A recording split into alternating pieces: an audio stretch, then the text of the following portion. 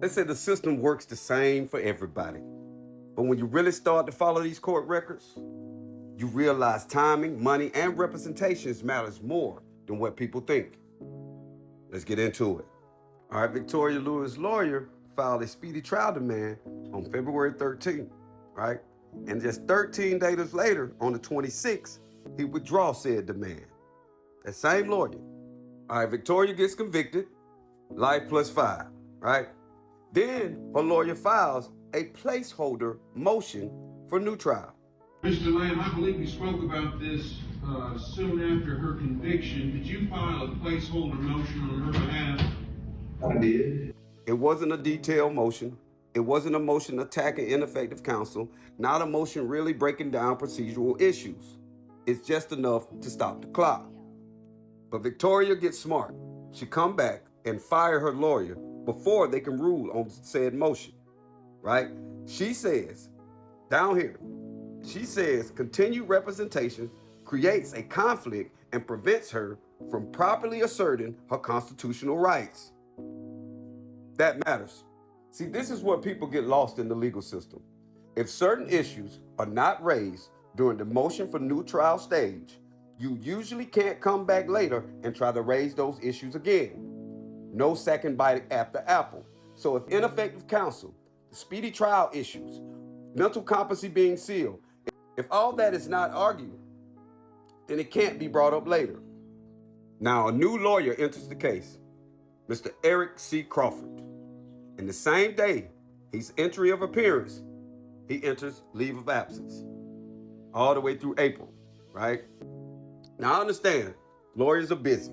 I understand they got meetings. I understand they got calendars and other obligations. But this woman is sitting on a life sentence.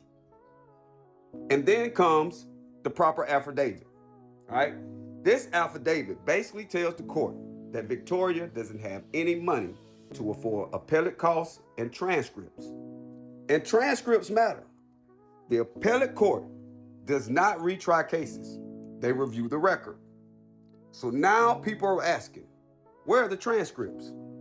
And right now, one of the biggest questions in the Victoria Lewis's case, where does the transcript stand?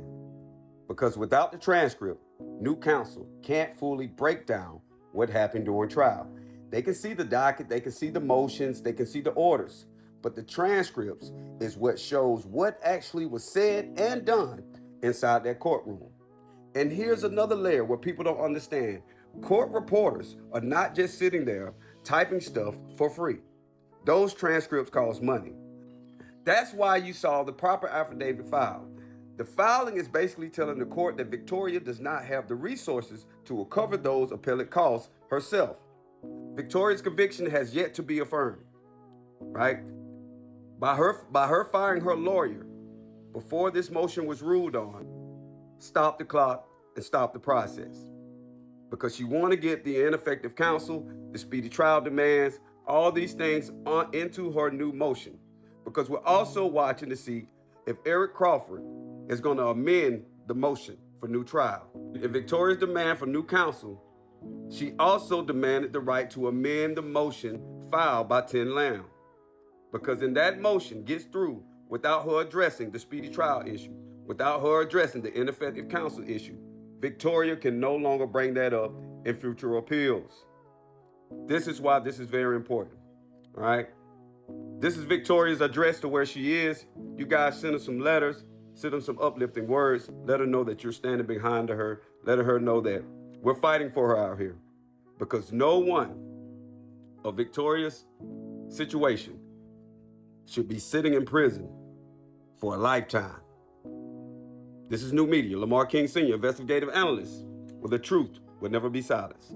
Be great today. Peace.